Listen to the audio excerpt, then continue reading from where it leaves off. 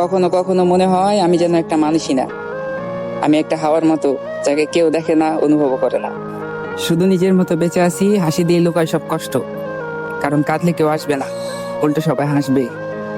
মানুষ আজকাল মানুষের কষ্ট দেখে মজা পায়, তাই তো বলি না, রাতের পর রাত ঘুমাতে পারি না। জানালা দিয়ে তাকিয়ে থাকি ফাঁকা আকাশে, ভাবি কেউ আছে কিনা, যাকে বললে বুঝবে। দিন শেষে দেখি কেউ নেই, সবাই ব্যস্ত নিজের জীবন নিয়ে। একসময় ভাবতাম কারো কাছে নিজের মতো করে কিছু বলবো, এখন সবাই শুধু নিজের কথা বলতেই ব্যস্ত। আছে শুধু প্রয়োজন, স্বার্থ আর মিথ্যা অভিনয়। তুমি কাঁদো বা হাসো, কারো কিছু যায় আসে না। হয়তো একদিন চিরতরের জন্য হারিয়ে যাব, তখন কেউ টের পাবে না। আর এটাই বাস্তবতা, এখানে কারো অনুপস্থিতি কেউ কোনো সময় অনুভব করে না, কারণ আসলে কেউ কারো হয় না।